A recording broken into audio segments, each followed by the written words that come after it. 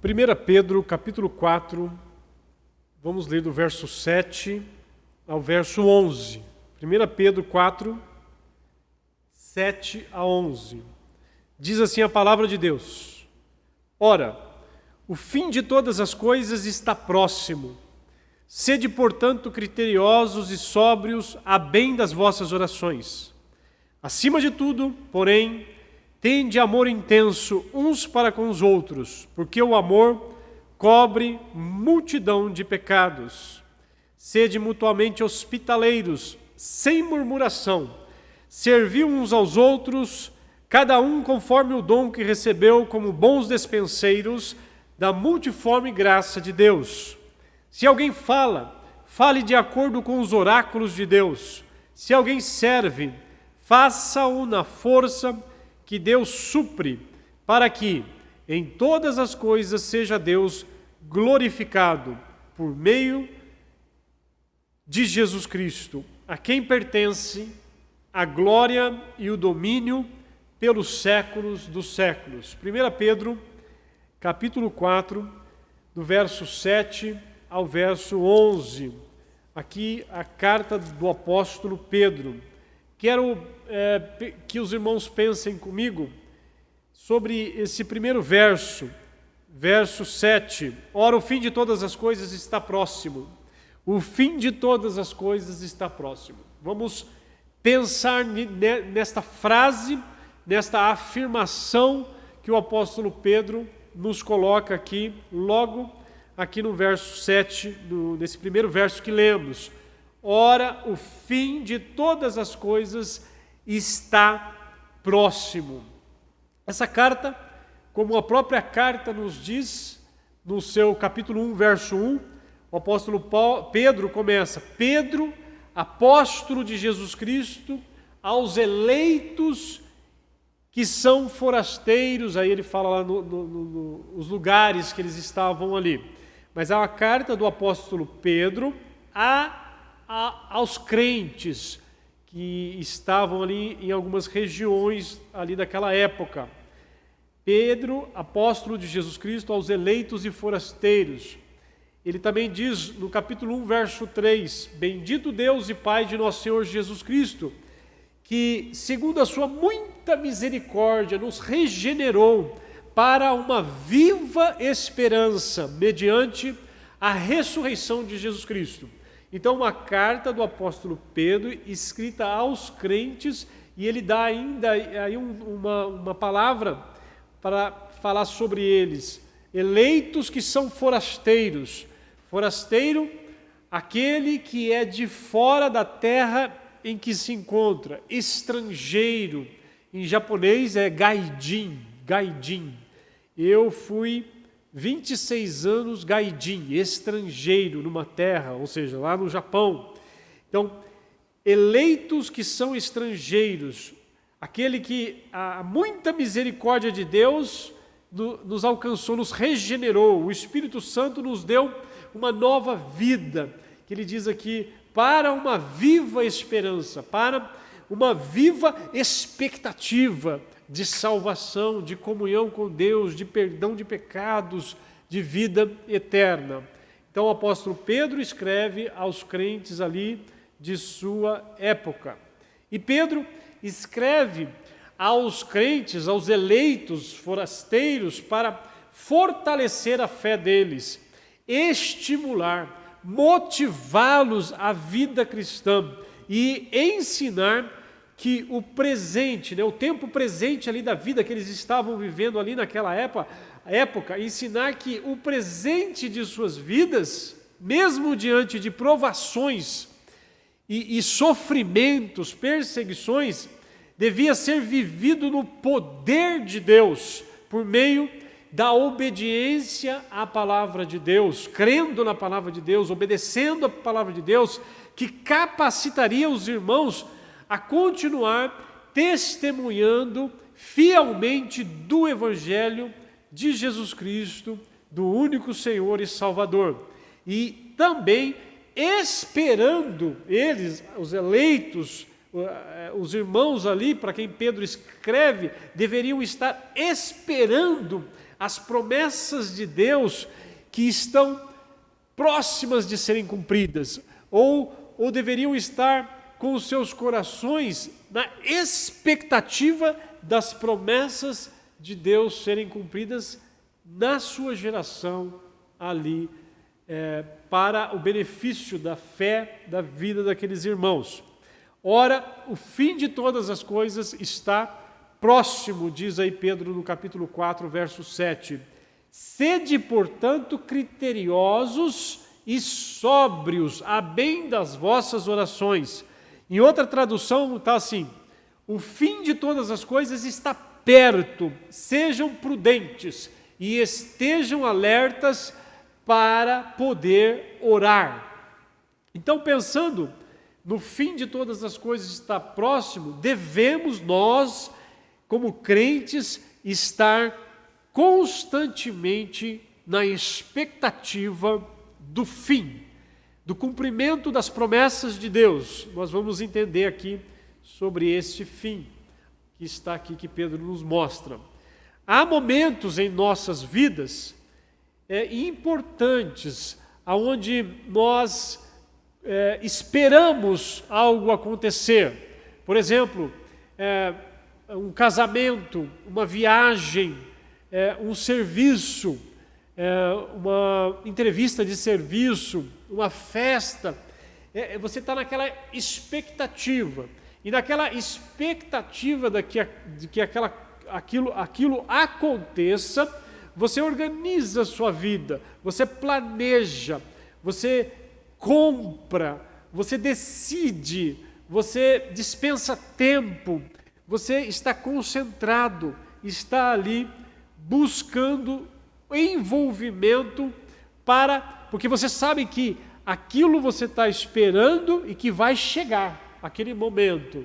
Então, é isso que Deus deseja da sua igreja, que estejamos nesta constante expectativa do fim. Vamos aí entender esse fim. O fim de todas as coisas está próximo. Lá em Atos capítulo 1, depois que Jesus Cristo ressuscitou, ele ficou alguns dias com os seus discípulos, ensinando, falando algumas coisas a eles. E Lucas nos escreve no capítulo 1, verso 9 em diante, o seguinte: ditas estas palavras, foi Jesus elevado às alturas, à vista deles, e uma nuvem o encobriu dos seus olhos. E estando eles com os olhos fitos no céu, enquanto Jesus subia, eis que 2 varões vestidos de branco se puseram ao lado deles e lhes disseram: varões galileus, por que estáis olhando para as alturas? Esse Jesus, que dentre vós foi assunto ao céu, virá do modo como viste subir. Então estava ali Jesus com os seus discípulos e dizendo algumas palavras, e de repente Jesus foi sendo elevado às alturas e foi sumindo entre as nuvens. Então esses varões diz aos varões galileus que estão olhando: esse Jesus que dentre vós foi assunto ao céu, virá, do modo como o viste subir. Virá, este é o fim de todas as coisas está próximo. Jesus disse: eu vou, mas eu volto. E eu voltando, aí é esse fim que nós estamos falando aqui. O fim de todas as coisas está próximo. Por isso que Pedro está falando assim: o fim de todas as coisas está próximo. Sede, portanto, criteriosos e sóbrios, a bem de vossas orações.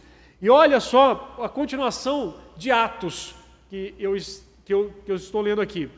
Então, voltaram para Jerusalém. Aqueles que viram Jesus subir e ouviram aquelas palavras dizendo sobre que esse Jesus que subiu virá, do mesmo modo que vocês estão vendo ele subir. E aí eles voltaram para Jerusalém. Quando ali entraram, subiram para o cenáculo, onde reuniam Pedro, João, Tiago, André, Filipe, Bartolomeu, os discípulos apóstolos ali que estavam seguindo Jesus. Mas observem que já de início aqui, o primeiro nome que aparece é Pedro. Então eles já se reuniram, eles ouviram esse Jesus que foi, voltará. E ali eles voltaram, se reuniram ali os irmãos, e termina o texto: todos esses perseveravam unânimes em oração. Então ali eles já estavam ali, eu creio que já, para eles ali, Jesus fala assim, eu vou e já volto, eu vou e já volto. Então essa era a expectativa dos irmãos. Devemos, como crentes, estar em constante espera. O fim de todas as coisas está próximo. Sede, portanto, criteriosos e sóbrios a bem de vossas orações. O fim de todas as coisas está perto.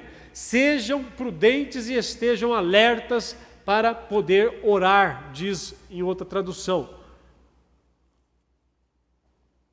Então, irmãos, o fim aqui é o fim da história da humanidade como a vemos hoje.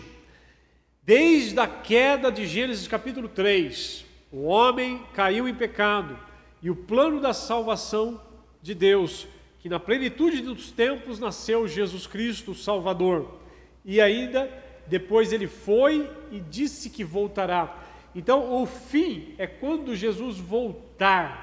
Então, o fim aqui é o fim da história da humanidade como a vemos hoje, mas não é o fim total, não é o término da história da humanidade.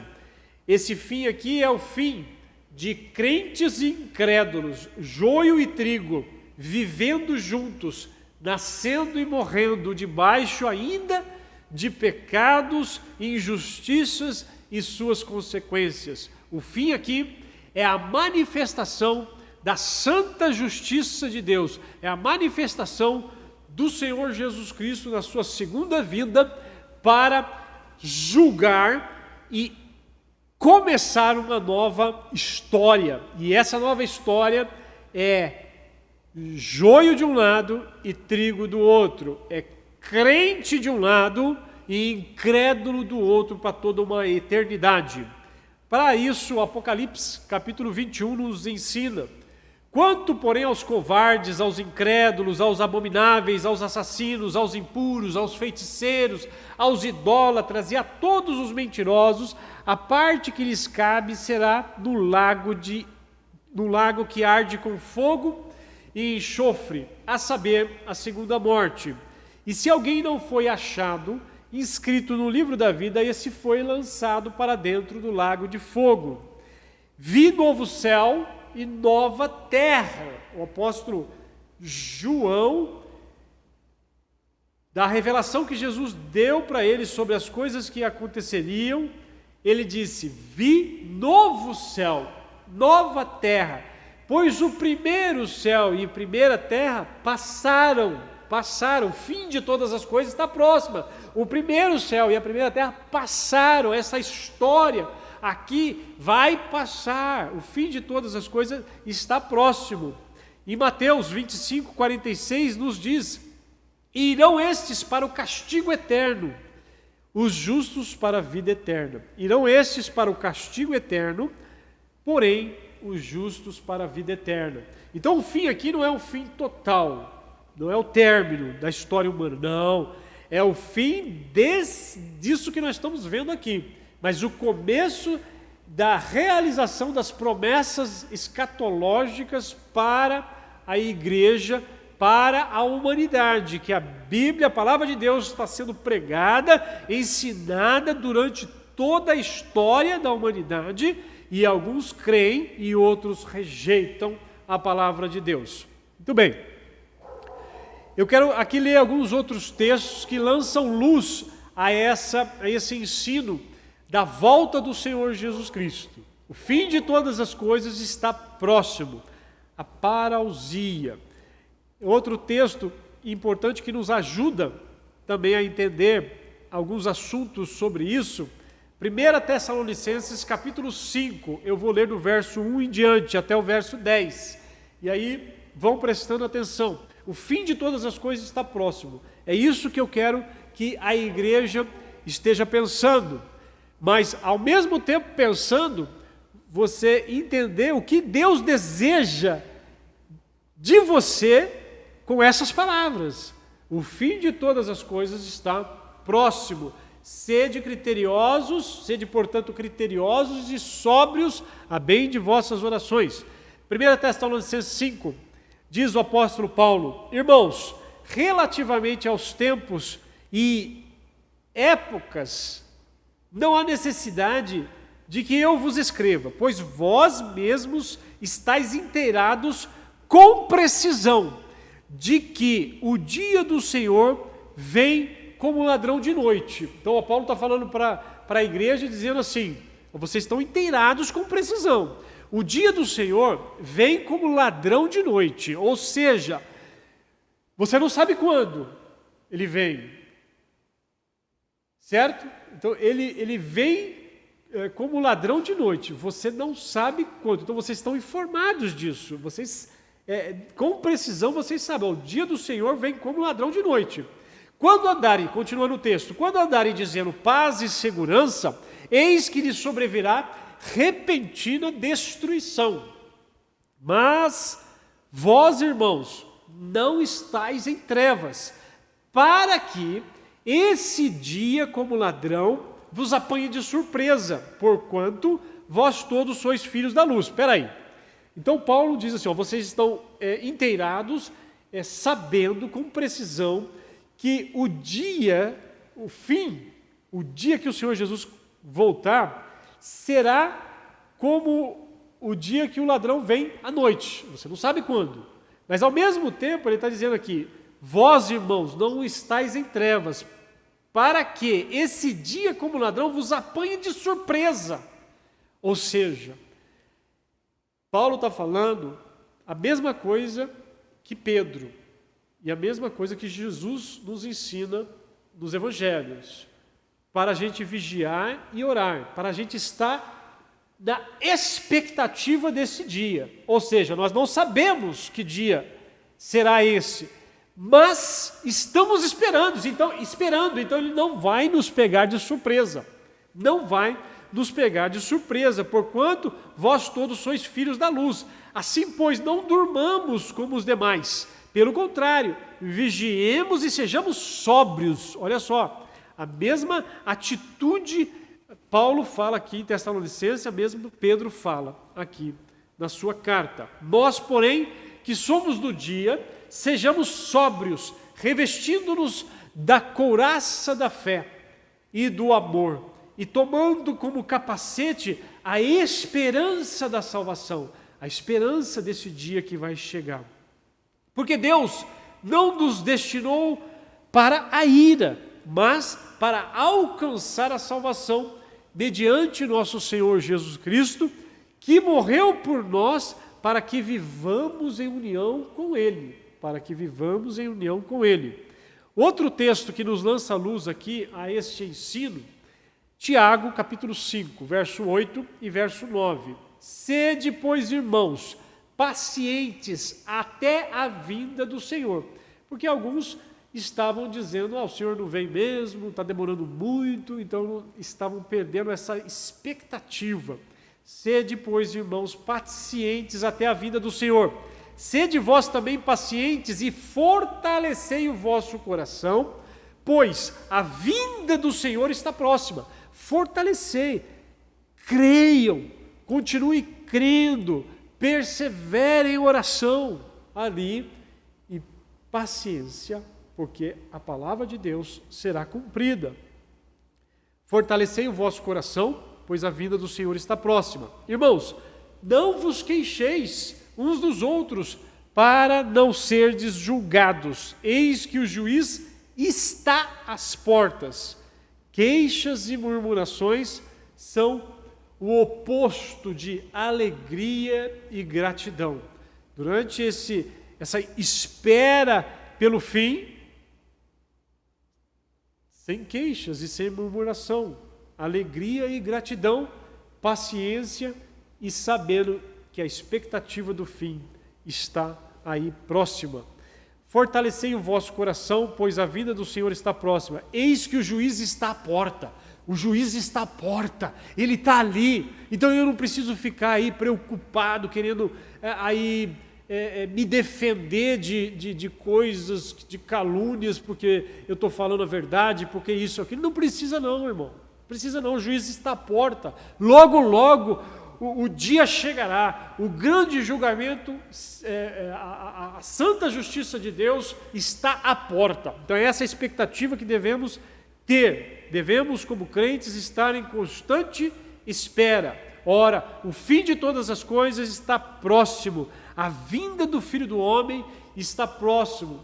Outro texto, Mateus 24, Jesus também nos diz. E preste atenção na ação divina, na natureza, no cosmos, no universo, para o que vai acontecer neste dia do fim, desse dia da volta de Cristo. Diz Mateus 24. Logo em seguida à tribulação daqueles dias, o sol escurecerá, a lua não dará sua claridade, as estrelas cairão do firmamento e os poderes dos céus serão abalados.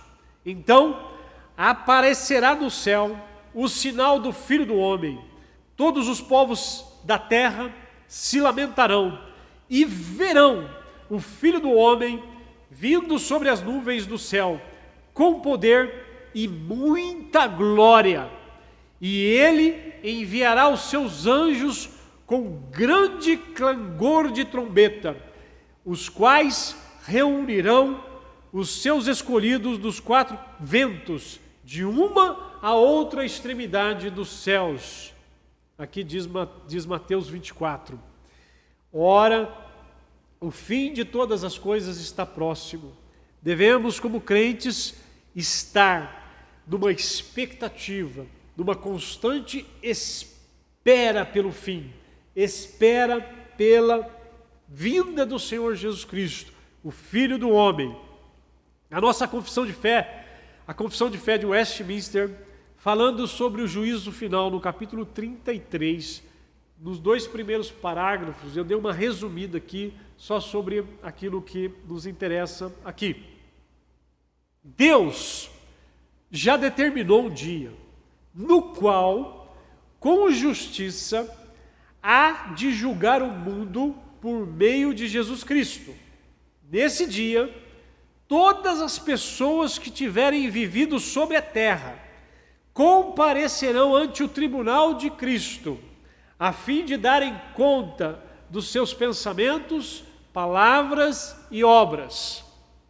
No segundo parágrafo, ele continua: o fim que Deus tem em vista, é manifestar a sua glória, a glória da sua misericórdia na eterna salvação dos eleitos e a glória da sua justiça na condenação dos injustos e desobedientes. Os justos irão para a vida eterna e os ímpios, que não conhecem a Deus, nem obedecem o evangelho do Senhor Jesus Cristo, serão lançados nos eternos tormentos e punidos com a destruição eterna. Esse é o fim. Ora, o fim de todas as coisas está próximo. Devemos, como crentes no Senhor Jesus, estarmos na expectativa deste fim, na expectativa da volta do Senhor Jesus Cristo.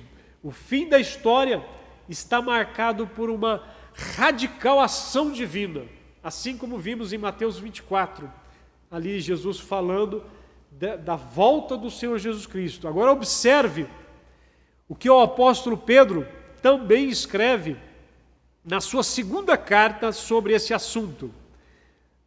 2 Pedro, capítulo 3. Não retarda o Senhor a sua promessa, como alguns a julgam demorada. Pelo contrário, ele é longânimo para convosco, não querendo que nenhum pereça, senão que todos cheguem ao arrependimento. Aqueles que acham que as promessas de Deus estão demorando, é porque Deus é longânimo para conosco. É longânimo, esse é o único motivo. É o único motivo. Diz, continua no verso 10 do capítulo 3 de 2 Pedro. Virá, entretanto, como ladrão o dia do Senhor, no qual os céus passarão com estrepitoso estrondo, e os elementos se desfarão abrasados. Também a terra e as obras que nela existem serão atingidas. Ele está falando aqui com algumas outras palavras, a mesma coisa que Jesus diz em Mateus 24. Visto que todas essas coisas hão de ser assim desfeitas, deveis, irmãos, deveis ser tais como os que vivem em santo procedimento e piedade. Olha só, visto que todas essas coisas hão de ser assim desfeitas, deveis ser tais como os que vivem em santo procedimento e piedade. Aqui, antes do dia final, antes da vinda do Senhor Jesus Cristo, procedimento, santo procedimento e piedade. Piedade, reverência, fidelidade a Deus, esperando e apressando a vinda do dia de Deus, por causa do qual os céus incendiados serão desfeitos e os elementos abrasados se derreterão. Nós, porém, segundo a sua promessa, nós, os crentes, os eleitos, os forasteiros, os regenerados, nós, porém, segundo a sua promessa, segundo a promessa de Deus, esperamos novos céus e nova terra, nos quais habitará justiça. Essa expectativa que Deus deseja da sua igreja, essa expectativa que Deus deseja de nós como crentes. Esperamos novos céus e nova terra, nos quais habita justiça. Justiça. Ora, o fim de todas as coisas está próximo. O próprio verbo aí, está próximo, dá a ideia de chegou, dá a ideia de iminência do fim, que está ali para acontecer. Então esse é o sentimento, essa é a expectativa que Deus deseja de nós. O cristão que sabe que este mundo não continuará assim, tem prioridades na sua vida com base no fim próximo de todas as coisas. Vou repetir. Isso é uma aplicação para nós, irmãos. Não adianta eu só saber e crer que o fim está próximo e viver e pensar que o fim que está próximo, mas isso tem relação com a minha vida hoje. A minha vida hoje.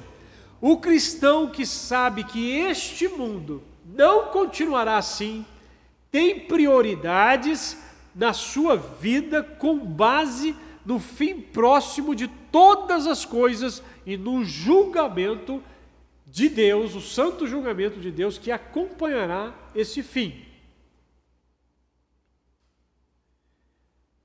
O homem do mundo, o que não é crente, ele não tem essa expectativa. O homem do mundo vive como se sua vida terrena fosse eterna. Suas prioridades talvez seriam acumular mais conforto, buscar momentos de prazeres e de alegrias que esse mundo, essa história aqui nos traz. Buscar seguranças que, por mais boas que sejam, só têm valores até a pessoa deixar de respirar. Então, lembrando do que Tiago nos escreve no capítulo 5, 8 e 9. Fortalecei o vosso coração, pois a vinda do Senhor está próxima. Eis que o juiz está às portas. Esse deve ser o que devemos sentir, pensar e esperar.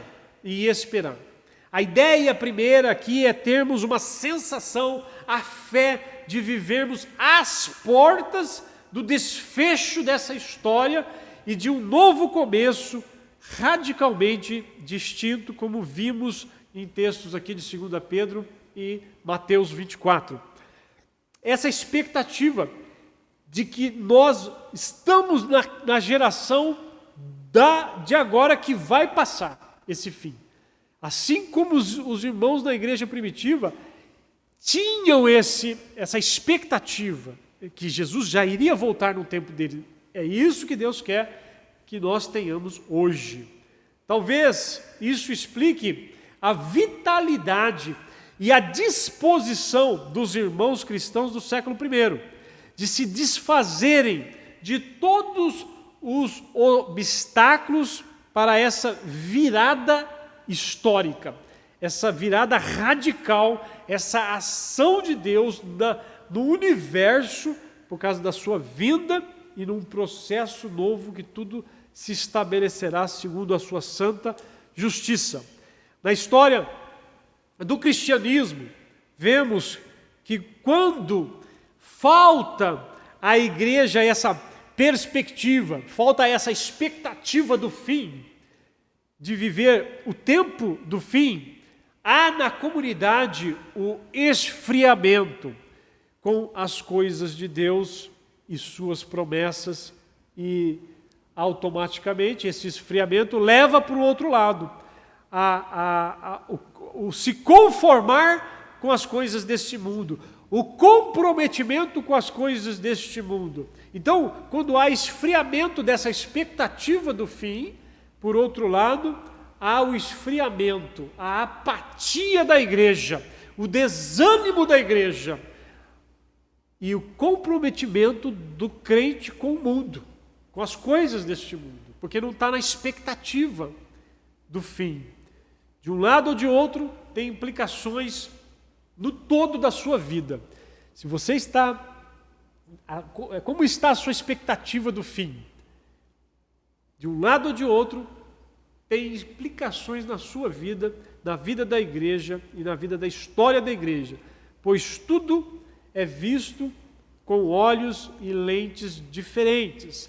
Se eu estou com a lente da expectativa, o meu proceder, a minha esperança, a minha atitude é outra.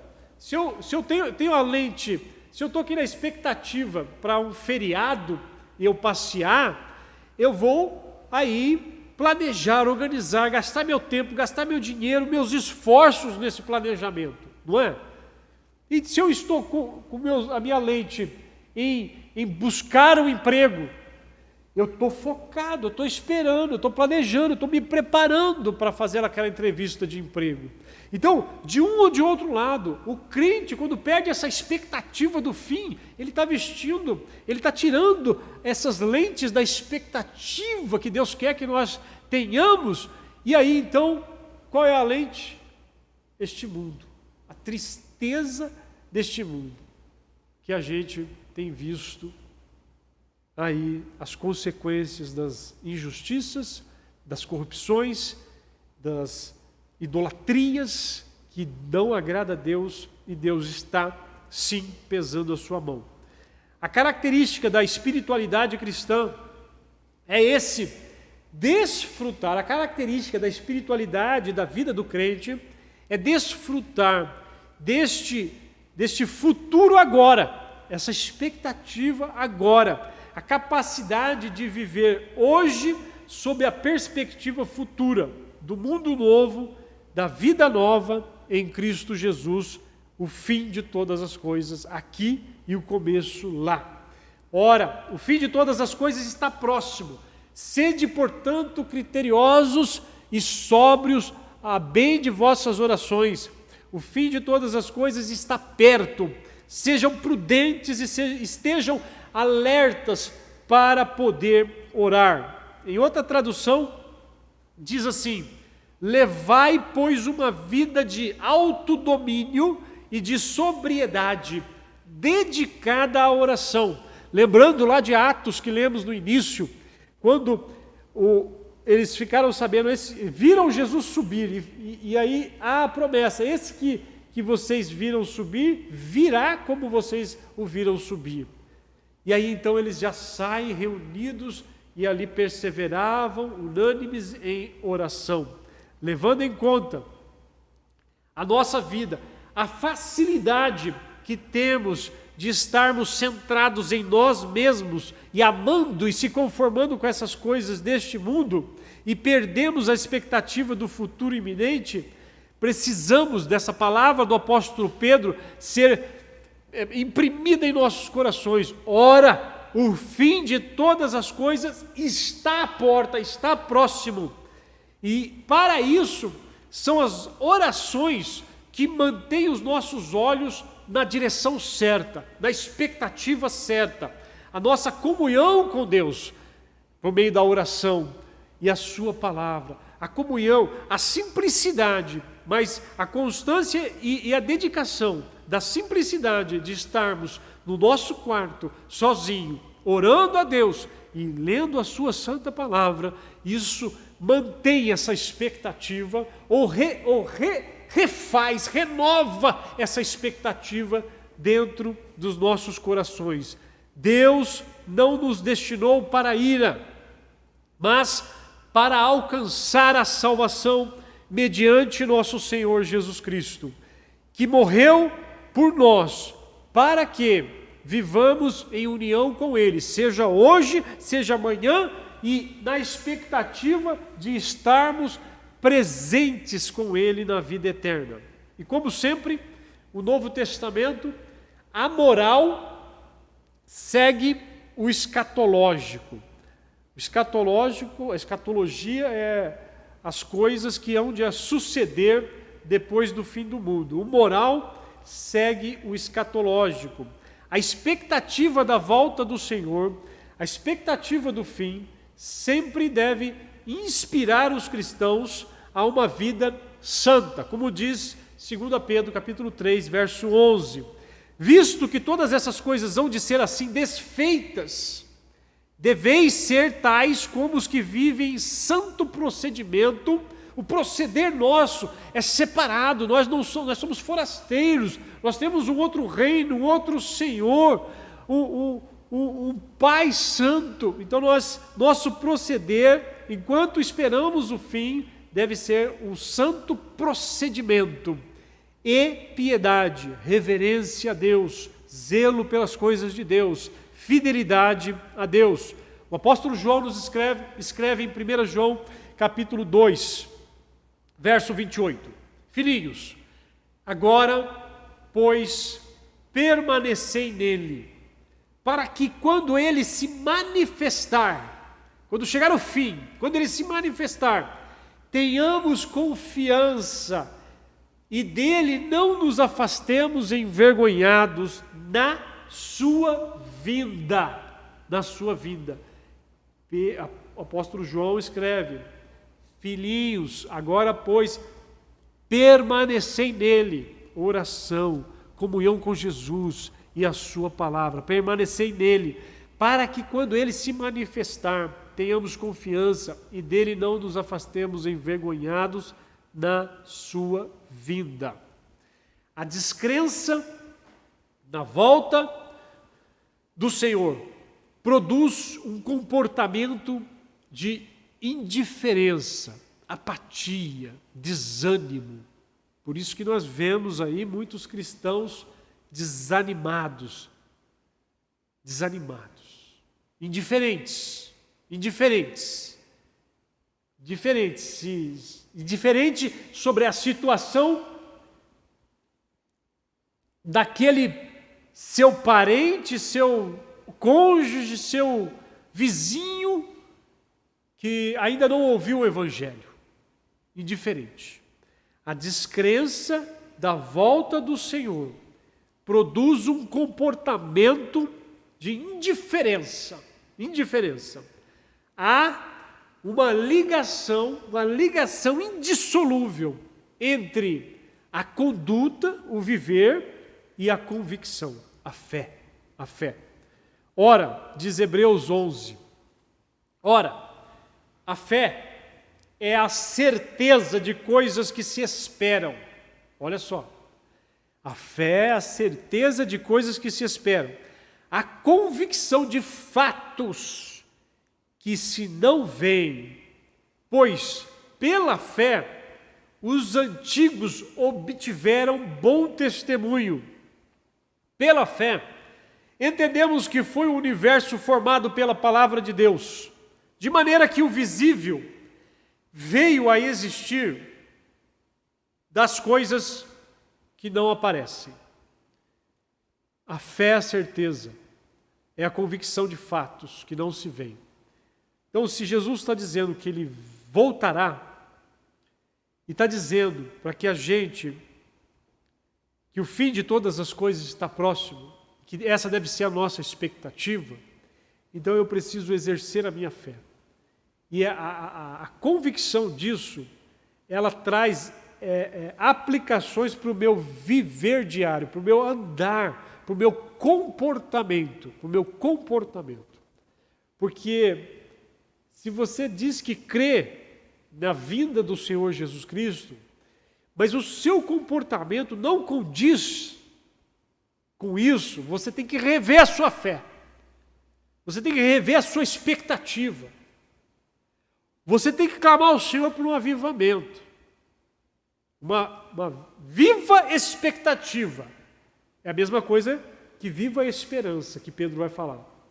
Viva a expectativa. Senhor, me dá essa viva expectativa. Porque o meu comportamento é como o comportamento do incrédulo. Eu só estou pensando nas coisas deste mundo. Não estou esperando o fim. Não estou esperando a volta de Cristo, o juiz que está às portas. Não estou esperando. Um teólogo tirou algumas frases de incrédulos do túmulo ali.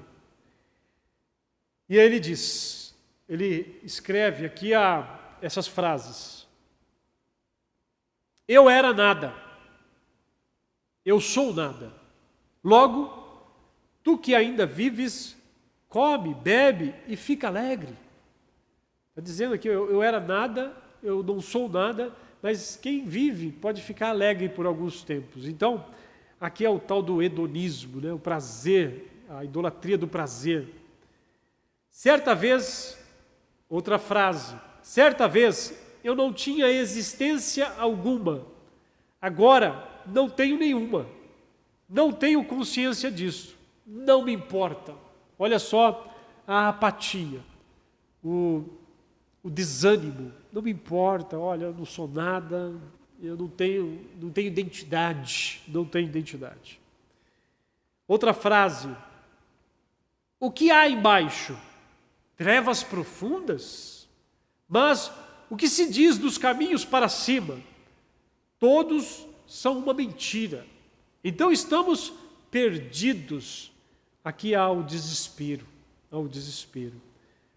Então, hedonismo, apatia, desânimo e desespero, na verdade, são sentimentos, emoções, atitudes, porque isso tudo se transforma em atitudes. A vida transmite isso, o que você crê. E aí há esse desespero que a gente tem visto no nosso mundo, na nossa atualidade. É só como empreender e ganhar dinheiro, como ser feliz, como isso, tudo para os prazeres deste mundo. Mas o fim está próximo. E daí? Quando eu empenho minha vida em todas essas coisas, mas eu não creio que o fim está próximo e o juízo está às portas. Mateus 24, 38 e 39, porquanto assim como nos dias anteriores ao dilúvio, comiam e bebiam, casavam e davam-se em casamento, até o dia em que Noé entrou na arca e não perceberam, até o dia que Noé entrou na arca e não perceberam, comiam e bebiam, casavam e davam-se em casamento até o dia que Noé entrou na arca. Noé estava construindo aquela arca como Deus lhe disse. Aí Noé entra na arca e não perceberam, senão quando veio o dilúvio e os levou a todos. Olha o fim do texto. Assim será também na vinda do Filho do Homem. Você está construindo a arca. Você tem uma vida santa com Deus e um proceder santo e ativo com Deus. Você está construindo a arca. Ou está vendo a arca ser construída e continua a sua vida normalzinha, como está, e de repente a arca é fechada e você observa tudo aquilo, e esse Noé é louco, gastando tempo, esforço, dinheiro, tudo isso para construir essa arca, esse cara é louco, e você observando tudo isso e continuando a sua vidinha. Mas diz aqui o texto, Noé entrou na arca e não o perceberam, senão quando veio o dilúvio. Senão quando veio o dilúvio e os levou a todos. Assim será também na vinda do Filho do Homem. Ora, o fim de todas as coisas está próximo. Devemos, como crentes, estar em constante expectativa. Como está a sua expectativa? Examine os seus valores, os seus conceitos, e você vai, se tiver um pouco de discernimento, e você vai com clareza ver as suas expectativas. Examine os seus desejos, os seus sentimentos, os seus projetos.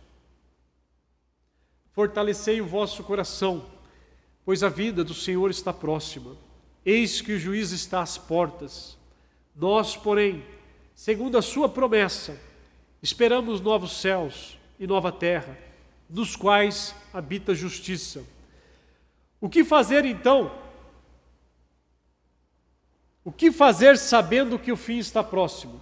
Eu não vou entrar em detalhes aqui, porque o principal do assunto que eu queria passar para os irmãos hoje era sobre esse verso de número 7 do capítulo 4 de 1 Pedro. Ora, o fim de todas as coisas está próximo. Aí a pergunta que eu fiz é, o que fazer sabendo que o fim está próximo? Se você continuar lendo os versículos posteriores, você vai saber o que você precisa estar fazendo na expectativa do fim próximo. Sede, portanto, criteriosos e sóbrios, a bem de vossas orações. Oração com sobriedade, com critérios divinos. Verso 8. Acima de tudo, porém, tende amor intenso, uns para com os outros. Por quê? Porque o amor cobre multidão de pecados. Se nós tivermos amor, e aqui ele dá ênfase, tende amor intenso uns pelos outros, porque o amor cobre multidão de pecados. Nós não vamos ficar aí nos desentendendo, perdendo tempo, porque o fim está próximo, e a gente fica perdendo tempo entre nós, não perdoando, né? Tende amor intenso para com os outros, porque o amor cobre multidão de pecados. Então, seja um amor intenso, e aí você não vai perder tempo com intriguinhas, não. Já há naturalmente um amor intenso que cobre multidão de pecados. Verso 9. Sede mutuamente hospitaleiros, sem murmuração, recebendo uns aos outros, servi uns aos outros, cada um conforme o dom que recebeu, como bons despenseiros da multiforme graça de Deus. Temos dons para os outros, para servir aos outros. Fomos chamados para servir assim como Cristo nos serviu. Se alguém fala, aí ele resume tudo aqui, né? Se alguém fala, verso 11, se alguém fala, fala de acordo com os oráculos de Deus. Se alguém serve, faça-o na força que Deus supre, para que em todas as coisas seja Deus glorificado, por meio de Jesus Cristo, a quem pertence a glória e o domínio pelos séculos dos séculos. Amém. Ele, o juiz que está às portas, Jesus Cristo, que tem autoridade sobre os céus e a terra, e que ele vai vir para julgar e estabelecer a nova história. A nova história daqueles que ele diz, afaste-se de mim, e aqueles que ele diz, venham benditos de meu Pai, eternamente para a vida eterna, e afaste-se de mim para o fogo eterno preparado para o diabo e seus anjos. Essa é uma nova história, mas vai vir o fim, e nós estamos aguardando na expectativa este fim. O fim de todas as coisas está próximo, por isso precisamos escolher o que é mais importante para nós e o que receberemos através das nossas escolhas, para não sermos surpreendidos com algo que não esperávamos.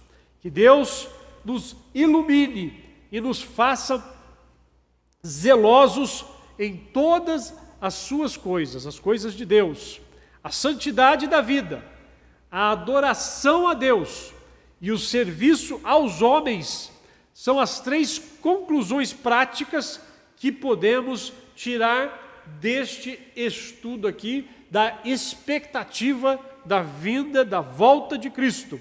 E essas qualidades devem estar permanente em nossas vidas. E essa expectativa, por causa dessa expectativa, essas qualidades, santidade, adoração e serviço ao próximo.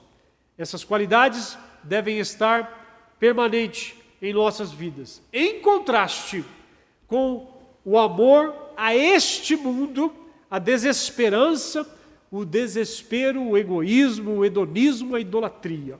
Ora, o fim de todas as coisas está próximo. Que Deus nos ajude a criarmos essa expectativa cada vez maior em nossos corações e mantermos aceso essa expectativa de que o fim está próximo, de que o juiz está às portas, para que corramos com perseverança a corrida que está proposta aos crentes, aos eleitos e forasteiros, porque este mundo não pertence a nós. O fim está próximo. Eis que espero novos céus e nova terra, aonde habita a santa justiça de Deus e aonde o santo juiz, o poderoso Jesus Cristo, nosso Senhor e Salvador, virá a qualquer momento, a qualquer momento. E a minha oração, a minha intenção, a minha oração é que cada ouvinte busque essa expectativa. Arrependam-se dos seus pecados. Arrependam-se da sua frieza, irmão e irmã. Arrependa-se da sua apatia. Arrependa-se de você estar amando este mundo e não está sendo fiel a Deus, daquilo que Deus já tem chamado e você sabe muito bem. Arrependa-se e busque de Deus essa alegria, dessa expectativa que o Senhor está às portas. A vinda do Senhor, o fim de todas as coisas está próximo.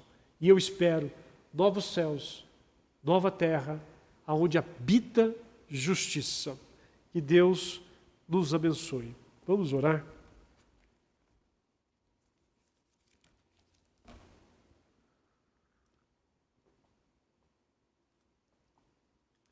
Santo Deus, mais uma vez clamamos a Ti, Senhor, nosso Deus, nosso Salvador.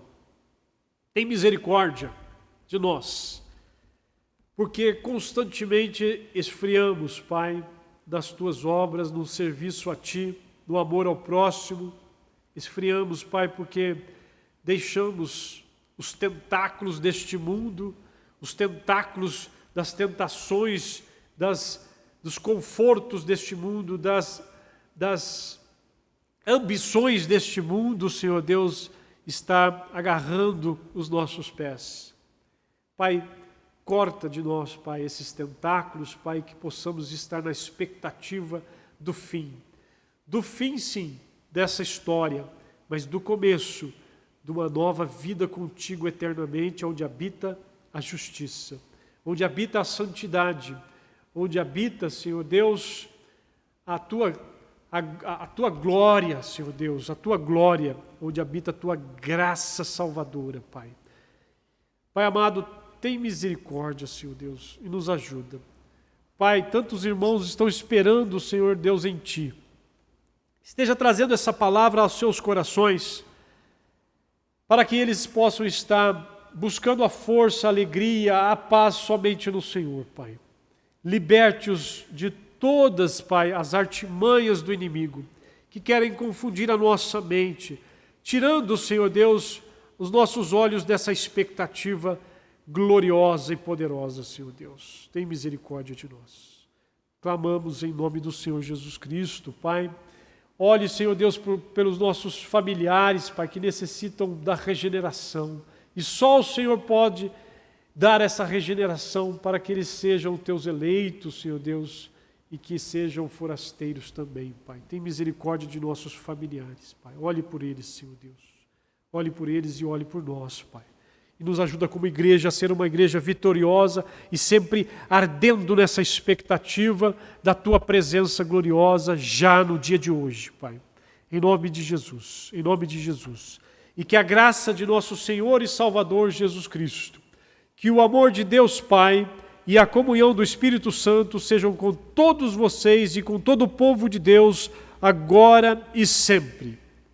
Amém.